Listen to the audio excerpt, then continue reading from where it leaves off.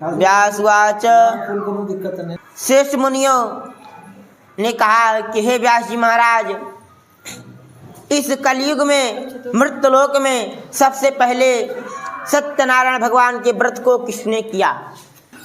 काशीपुर अत्यंत रमणीय नगर में एक अत्यंत निर्धन ब्राह्मण रहता था।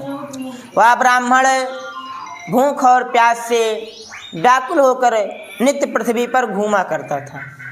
उस दुखित ब्राह्मण को देखकर भगवान को दया आ गई। भगवान एक दिन वृद्ध ब्राह्मण का रूप धारण करके उस गरीब ब्राह्मण के पास आए। भगवान ने कहा कि हे विप्र, इस पृथ्वी पर दुखित मन से होकर क्यों नित्य प्रतिदिन घूमा करते हो? ब्राह्मण ने कहा कि हे भगवान, ब्राह्मण मैं भिक्षा के लिए इस पृथ्वी पर नित्य प्रतिदिन घूमा करता हूँ। यदि आप मुझ पर दया करें, आप क्या उपाय करें हम कि मेरी दरिद्रता दूर हो? भगवान ने कहा कि हे विप्र, तुम सत्यनारायण भगवान का व्रत आरंभ करो, तुम्हारा दुख समाप्त हो जाएगा। ब्राह्मण ने भगवान से कहा कि हे भगवान, व्रत करने का विधान भी बताइए, किस विधान से मैं व्रत करूंगा? सारी विधि को बताया। किस पूजन की विधि को बताया? हम आप लोग इतनी देर जो पूजन बंधन कर रहे थे, इसी पूजन की विधि को वहाँ भगवान ने ब्राह्मण से बताया। ब्राह्मण पूजन की विधि जानकर अपने घर आया। ब्राह्मण को रात भर नींद नहीं आई। क्यों नींद नहीं आई? क्योंकि वह ब्राह्मण रात भर सोचता रहा कि जब दिन भर भिक्षा मांगता हूँ तो शाम को परिवार का पेट नहीं भरता था, तो मैं कैसे भगवान का व्रत एवं पूजन करूँगा? इसी पर वह ब्राह्मण रात भर सोचता रहा। ब्राह्मण को रात भर नींद नहीं आई। सुबह हुई, वह ब्राह्मण नित्य नैमित्तिक कर्म करके स्नान दान करके भगवान का पूजन किया। भगवान शालिग्राम की शिला को हाथ पे रख कर कहा कि भगवान, आज भिक्षा में जो कुछ भी मुझे प्राप्त होगा मैं उसी से आपका व्रत एवं पूजन करूँगा। संकल्प करके वह गरीब ब्राह्मण भिक्षा के लिए निकल पड़ा। भगवान की कृपा से उसे भिक्षा में बहुत सा धन प्राप्त हुआ। वह गरीब ब्राह्मण अत्यधिक धन पाकर प्रसन्न हुआ और पूजन की सामग्री लाकर बंधु बांधवों के साथ सत्यनारायण भगवान का व्रत एवं पूजन किया। भगवान की कृपा से वह ब्राह्मण सभी संपत्तियों से परिपूर्ण हो गया। वह भगवान का व्रत एवं पूजन करता रहा। अंत में सतपुर वैकुंठ को चला गया।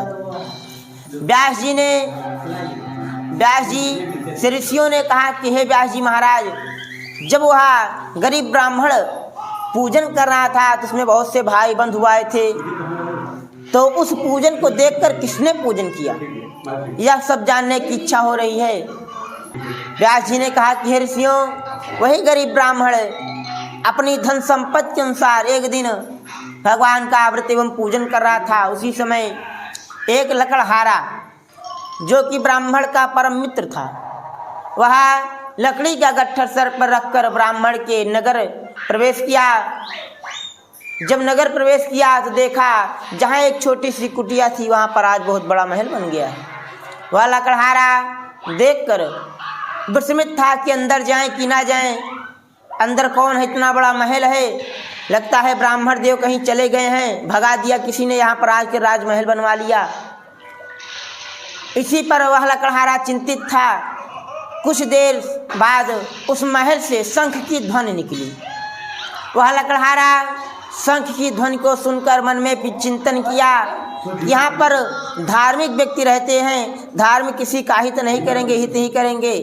लकड़हारे ने लकड़ी का गट्ठर बाहर रखा, अंदर प्रवेश किया तो देखा वही ब्राह्मण जो एक दिन भिक्षा मांगते फिरते थे इधर उधर, आज बहुत बड़े बांधुओं के साथ भगवान का पूजन कर रहे हैं, यज्ञ कर रहे हैं। यह देखकर लकड़हारा पूजन में बैठ गया।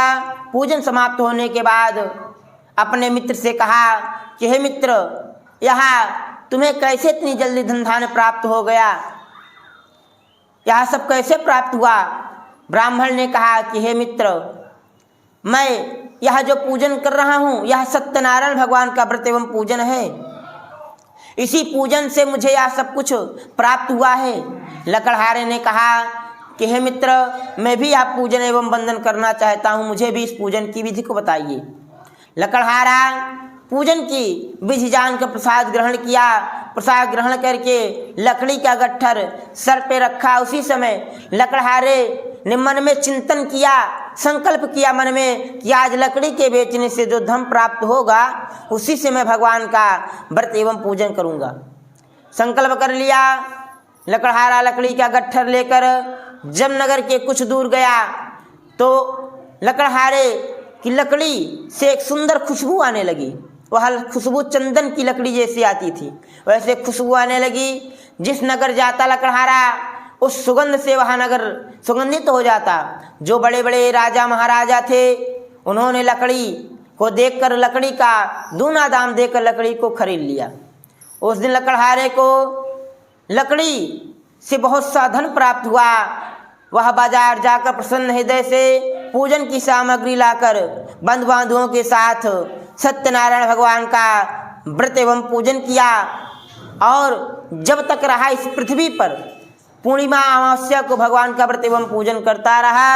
अंत में सत्यपुर वैकुंठ को चला गया।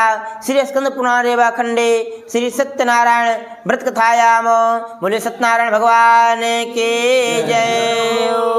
नारायण ले नारायण ले नारायण ले भजमन नारायण ले नारायण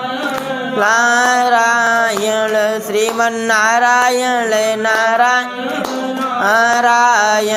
लक्ष्मी नारायण नारायण